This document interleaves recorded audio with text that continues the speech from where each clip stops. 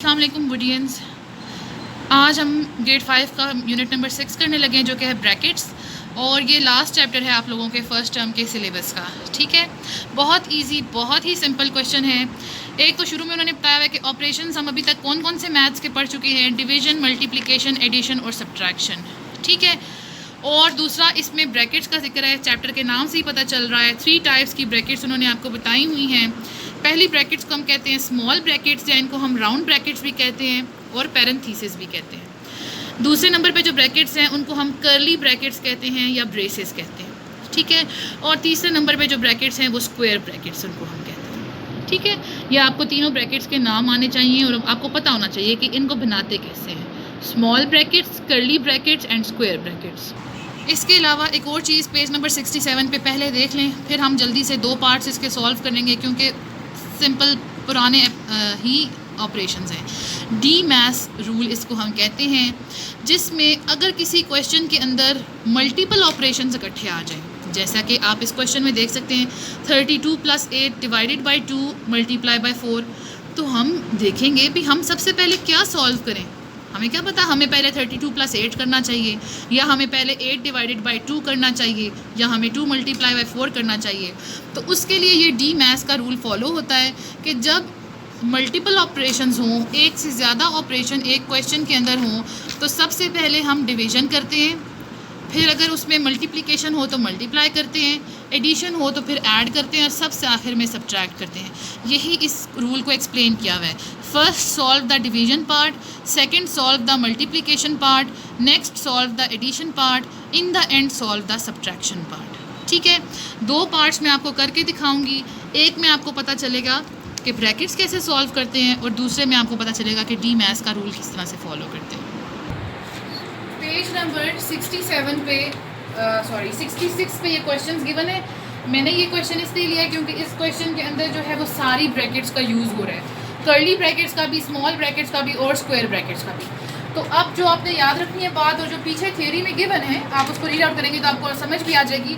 सबसे पहले हम सॉल्व करते हैं राउंड ब्रैकेट्स को या स्मॉल ब्रैकेट्स को, ठीक है, फिर हम सॉल्व करते हैं कर्ली ब्रैकेट्स को, और सबसे एंड पे हम सॉल्व करते हैं स्क्वायर ब्रैकेट्स को। सबसे पहले हम करेंगे स्मॉल ब्रैकेट्स को सॉल्व। 8.31 वैसे ही आ जाएगा। स्मॉल ब्रैकेट्स के अंदर क्या है, 7.48 + 5.67, रफ वर्क करेंगे आप। 7.48 + 5.67 ऐड करेंगे,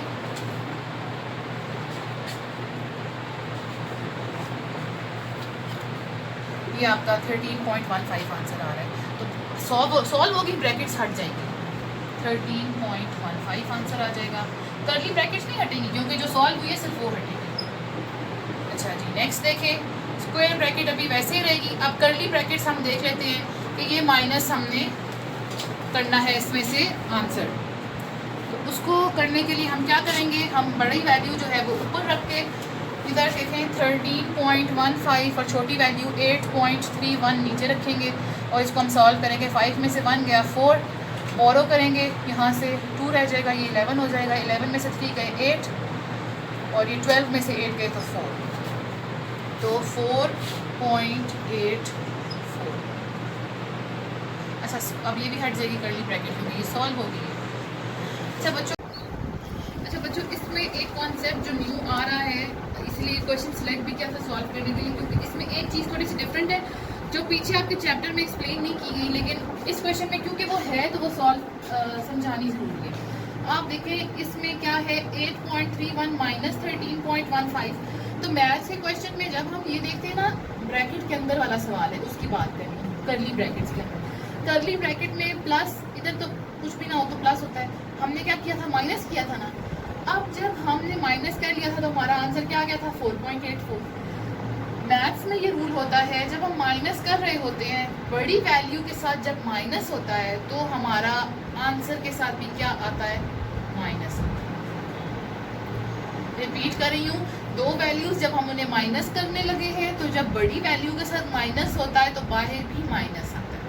और बाहर वाला, अब जैसे अगर बिल फर्स्ट चले, इस स्टेप में हम आपकी आसानी के लिए, ज़रूरी नहीं है, आपकी आसानी के लिए मैंने ब्रैकेट्स डाल दी, यानी ब्रैकेट के अंदर जो हमारा आंसर आया था वो माइनस उसके साथ लगाया। और माइनस क्यों लगाया, क्योंकि बड़ी वैल्यू के साथ माइनस था। तो अब नेक्स्ट स्टेप में हम क्या करेंगे, जब 4 है ना, तो 4, एक प्लस है एक माइनस है, प्लस माइनस इकट्ठे तो नहीं आ सकते, तो प्लस माइनस आंसर आता है माइनस। अच्छा, इसके लिए एक छोटा सा रूल देख लें, ये बेशक आप अपनी बुक पे नोट कर लें। प्लस प्लस, अगर 2 प्लस होते हैं आंसर प्लस आता है, अगर 2 माइनस होते हैं तो आंसर तब भी प्लस में आता है। प्लस माइनस माइनस और माइनस प्लस भी माइनस, ठीक है, ये रूल है। तो अब जब हमने वैल्यू देखनी थी कि बड़ी या छोटी है, तो हमने कौन सा साइन लगाया, जो बड़ी वैल्यू के साथ था। अब जब 2 साइंस इकट्ठे आ गए प्लस और माइनस के, तो फिर हमने इस रूल को फॉलो करना है। इस रूल को आप देखेंगे तो प्लस माइनस क्या था, माइनस, तो हमने माइनस लगा दिया, ठीक है। आई होप ये क्लियर होगा, ये न्यू कॉन्सेप्ट है एक।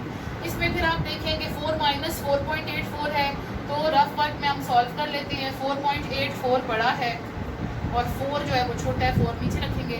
जब कहीं पे भी पॉइंट ना हो तो इसका मतलब है आखिर में पॉइंट है, इसलिए पॉइंट को पॉइंट पे नीचे रख के हमने वैल्यूज लिखी, तो ये 0 0 हो जाएगा ना। 8 4, 4 minus 0 is 4, 8 minus 0 is 8, 4 minus 4 is 0। तो आंसर क्या होगा, 0.84। लेकिन साइन क्या है, प्लस माइनस माइनस, और 4.84 क्योंकि बड़ा है इसलिए इसके साथ भी माइनस का साइन रहेगा। और आपकी आसानी के लिए आप ये ब्रैकेट्स रख सकते हैं। इसके बाद जब आप इसको सॉल्व करेंगे तो 10 से मल्टीप्लाई करेंगे, आप डिटेल में मल्टीप्लाई करके देखें तो आपका आंसर आ जाएगा। माइनस का साइन है, प्लस माइनस, जब कोई भी साइन नहीं होता ना तो प्लस होता है, ठीक है। तो प्लस माइनस क्या हो जाएगा, माइनस 10 मल्टीप्लाई बाई 0.84 हो जाएगा 84। तो ये माइनस 84 जो है वो हमारा आंसर है। प्लस माइनस वाले कॉन्सेप्ट को थोड़ा सा देख लें, बाकी तो सिंपल सा है। सबसे पहले हमने राउंड ब्रैकेट सॉल्व की, फिर हमने कर्ली ब्रैकेट सॉल्व की, और उसके बाद हमने जो है वो स्क्वायर ब्रैकेट सॉल्व, ठीक है। आई होप ये आपको क्लियर होगा। अब आए पेज नंबर 68 पे, क्वेश्चन हैं 2, उनमें से मैं आपको कुछ बता देती हूँ। देखिए, डी मैथ्स का रूल मैंने आपको एक्सप्लेन पहले इसीलिए किया था क्योंकि 2 ब्रैकेट्स वाले क्वेश्चन में भी आना था। अब इसमें आप देख लें, डी मैथ्स है ना, तो सबसे पहले जो है उस पर हम क्या करेंगे, डिवीजन देख लें आप इसमें क्या है, फिर मल्टीप्लिकेशन, फिर एडिशन और फिर सब्ट्रैक्शन। तो डिवीजन का साइन किसके बीच में है, इन दोनों के बीच में। तो 9 डिवाइडेड बाई 3 आप डिटेल में करके देखिए, मैं आपको कुछ चीज़ सॉल्व वैसे भी कर देती हूँ ना। 3 3 9 होता है, तो आंसर क्या आएगा इधर, 3 माइनस 10। उसके बाद क्या होना चाहिए, मल्टीप्लाई होना चाहिए। तो 8 1 8, 8 2 16, 8 3 24, 24 आ जाएगा, माइनस 10 तो भी वही का वही, और आप सिर्फ एंड पे माइनस कर देंगे तो हमारा आंसर 14 आ जाएगा। इसी तरह से बस डी मैथ्स का रूल आपने फॉलो करना है, ठीक है। पेज नंबर 68 पे ही पार्ट बी है, बहुत सिंपल है, लेकिन फिर भी मैं चाह रही हूँ आपको 1-2 क्वेश्चन जो है वो मैं बता दूँ। ये बुक पे भी सॉल्व हो सकता है और वैसे भी जो है वो सॉल्व हो सकता है। अच्छा, इसको रैंडमली 2-3 क्वेश्चन देख लेते हैं हम। इसमें उन्होंने सवाल पूरे दिए हुए, उन्होंने कहा है कि ब्रैकेट्स लगाएं, कैसे लगाएं वो मैं आपको भी बताती हूँ। देखिए बच्चों, हमें इस चीज़ को इस तरह से सॉल्व करना है, ये लेफ्ट हैंड साइड और ये राइट हैंड साइड है। हमें लेफ्ट हैंड साइड को इस तरह से सॉल्व करना है कि हमारा आंसर 1 आए, ठीक है। अब आप देखें, अगर फॉर एग्जाम्पल मैं इन दोनों के इर्द गिर्द ब्रैकेट डाल देती हूँ तो क्या आंसर 7 डिवाइडेड बाई 6 जो है वो 1.1 कुछ आंसर आएगा, +1 = 1। अब ये 2.1 हो जाएगा, क्या ये 1 के इक्वल है, नो। इसका मतलब है कि ऐसे ब्रैकेट्स हम पुट नहीं कर सकते, ठीक है। मीन्स ये प्रोसीजर था, ये कहता गलत था ब्रैकेट्स पुट करने का, लेकिन ये सिर्फ मैंने आपको समझाने के लिए किया। अभी तक आपको इतना एफिशिएंट हो जाना चाहिए कि आप देखें, अगर ये ऐसे हो तो 6 + 1 = 7 और 7 डिवाइडेड बाई 7 हो जाएगा। रफ वर्क में आप यूं करके देख लें, 7 1 7 1 7 1 = 1। यानी इस क्वेश्चन की ब्रैकेट्स कहाँ पर आएंगी, 6 और 1 के इर्द गिर्द हम ब्रैकेट्स लगाएंगे। क्यों, क्योंकि हम ब्रैकेट्स वाली चीज़ जो है वो पहले सॉल्व करते हैं, ठीक है। आई होप ये आपको सेंस दे रही है, सही। और एक और बात, अगर ब्रैकेट नहीं होती तो फिर तो हमें डी मैथ्स का रूल फॉलो करना पड़ता है ना, तो इस तरह डिवीजन पहले हो जाती। लेकिन हम इसलिए ब्रैकेट्स लगा रहे हैं कि हम फिर ब्रैकेट्स को पहले सॉल्व करें, ठीक है। अच्छा जी, इसके बाद देखें, अगर हम डी मैथ्स के रूल के मुताबिक सॉल्व करें, डिवीजन पहले करते हैं, तो 3 के टेबल में 28 आता है नहीं। तो बेसिकली आपको समझ यहीं से जाना चाहिए कि जब 3 के टेबल में पूरा 28 नहीं आता तो फिर पॉइंट्स में आंसर आ जाएगा। ये आंसर पॉइंट्स में तो है ही नहीं, तो इसलिए हम क्या करेंगे, 28 डिवाइडेड बाय ब्रैकेट किधर डलेगी, 3 + 1 के इर्द गिर्द। सॉल्व कर लें आप प्रूफ के तौर पे, ये क्या हो जाएगा, 4 हो जाएगा, 3 + 1 = 4 और 4 7 = 24 होगा, तो ये 7 = 7 हो जाएगा। बेसिकली ब्रैकेट्स कहाँ डलेंगी, 3 + 1 के इर्द गिर्द डलेंगे, ठीक है। अच्छा, इसी पेज में नीचे एक्टिविटी है, ये गिवन पजल है, इसको सॉल्व करना है। पजल आप लोग खुद सॉल्व करेंगे क्योंकि इंशाल्लाह ये जो है ये एक फन एक्टिविटी है जो कि आप लोगों को सॉल्व करनी है। कोई प्रॉब्लम आए तो ज़रूर पूछें। इसी तरह से फन विद मैथ्स है, तो इसमें 1 × 8 + 1 क्या होता है, तो इसको आप जो है वो सॉल्व करते जाएं। ये फन एक्टिविटीज़ जो हैं इंशाल्लाह आप खुद देखेंगे। हम पेज नंबर 69 पर मौजूद जो वर्ड प्रॉब्लम्स हैं उसका मैं आपको ओवरव्यू दूंगी, क्योंकि वर्ड प्रॉब्लम्स में अगर कोई प्रॉब्लम आए तो वो फिर सॉल्व उसको हमें करवाना है, ठीक है। अच्छा जी, अब देखें, आप ध्यान से देखना है, कोई प्रॉब्लम हो तो ज़रूर पूछनी है। If the product of 2 whole numbers is 112,962, product of 2 whole numbers,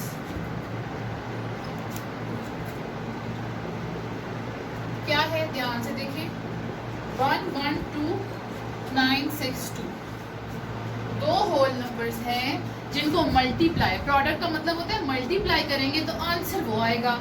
one of the number is 562, multiply करेंगे किसी और नंबर से कि आंसर हमारे पास क्या आए, 112,962। बेसिकली ये सवाल है कि 2 होल नंबर जिनको मल्टीप्लाई करते हैं तो आंसर ही आता है। अब एक होल नंबर उन्होंने हमें बता दिया, दूसरा नहीं बताया, उसकी जगह आप कोई भी अल्फ़ाबेट लिख सकते हैं, ABCDEFGHC तक, Z तक आप कुछ भी लिख सकते हैं, A to Z के दरमियान में से कोई सा भी अल्फ़ाबेट आप लिख सकते हैं। अच्छा, अब रूल क्या है जो यहाँ पर अप्लाई होगा, A तो हमने फाइंड आउट करना है ना, ये तो अननोन है, 112 अपनी जगह पे ही रहेगा। यहाँ पर 562 मल्टीप्लाई हो रहा है, जब इज इक्वल टू के उस तरफ जाएगा तो डिवाइड हो जाएगा। ये मैथ्स का एक रूल है, कोई चीज़ यहाँ पर प्लस हो रही हो हम दूसरी तरफ लेके जाएंगे तो माइनस हो जाएगी, यहाँ माइनस हो रही है दूसरी तरफ लेके जाएंगे तो उलट हो जाएगी, प्लस हो जाएगी। इसी तरह आपस में चेंज होते हैं मल्टीप्लाई और डिवाइड। यहाँ कोई चीज़ मल्टीप्लाई हो रही है तो दूसरी तरफ जाके क्या हो जाएगी, डिवाइड, और इसी तरह डिवाइड हो रही है तो वहाँ जाकर क्या हो जाएगी, मल्टीप्लाई। इस केस में हमारे पास मल्टीप्लाई थी, इसलिए उधर जाके ये क्या हो जाएगी, डिवाइड, तो हमारा आंसर क्या आ जाएगा, डिवाइड करके देखेंगे आप लोग, ठीक है। डिवाइड जो है करके आंसर हमारा आएगा 201। तो दूसरा होल नंबर जिसको मल्टीप्लाई करके आंसर 112,962 आता है वो है 201, ठीक है जी। अच्छा, उसके बाद देखें पार्ट 2,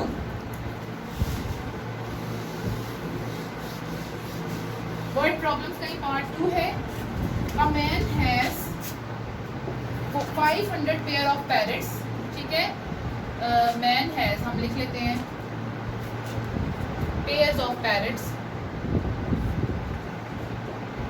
तोतों की जोड़ियां हैं उसके पास, कितनी, 500, ठीक है। ही सेल्स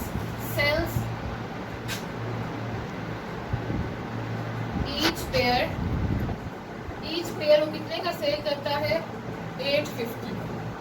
तो उसने क्या किया, उसने जो है वो सारे जो है वो सेल कर दिए, 500 उसके पास पेयर थे, उसने 850 रुपीज़ पर पेयर के हिसाब से सेल कर दिए, ठीक है।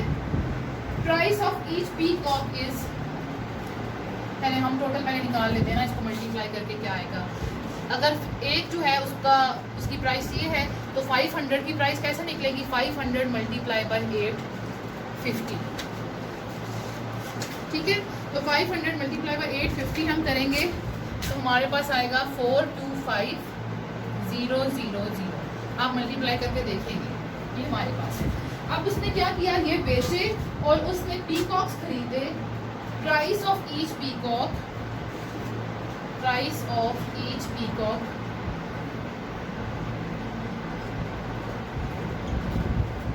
इज 25। अगर इतने उसके पास टोटल पैसे आ गए थे और अब उसने इतने का एक पीकॉक खरीदा, तो अब वो पूछ रहे हैं बताएं कि उसने फिर कितने पीकॉक्स खरीदे होंगे।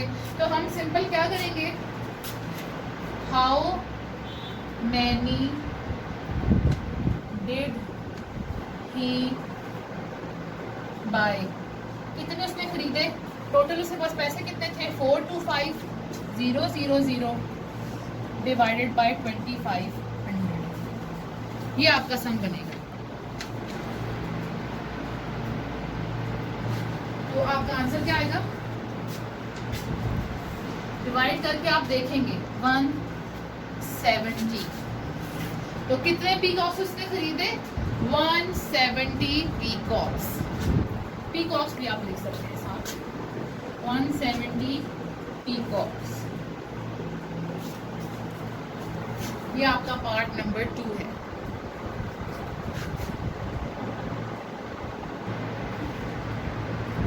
Okay.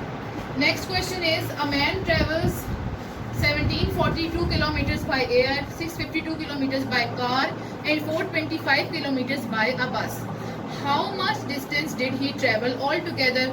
अच्छा जी, ये तो बहुत सिंपल है। देखिए पहला पार्ट, man travels, एक आदमी जो है वो ट्रैवल कर रहा है। बाय एयर कितना ट्रैवल कर रहा है जी, देखिए 1742 किलोमीटर। बाय कार कितना कर रहा है, 652 किलोमीटर। और बाय बस कितना कर रहा है, 425 किलोमीटर। ठीक है, ऑल टुगेदर उसमें कितना किया है, तो हम क्या करेंगे, टोटल ट्रैवल कितनी हो जाएगी, 1742 प्लस 652 प्लस 425, इसको आप करेंगे टोटल, क्योंकि उन्होंने पूछा कि सारा टोटल करके कितना आता है, तो हमारा क्या आंसर आएगा, 2819। ये हमारा आ रहा है टोटल।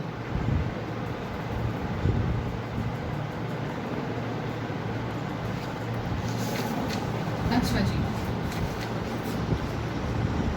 उसके बाद अगला पार्ट देखें इसी क्वेश्चन का, find the difference of distance travelled by air and by road.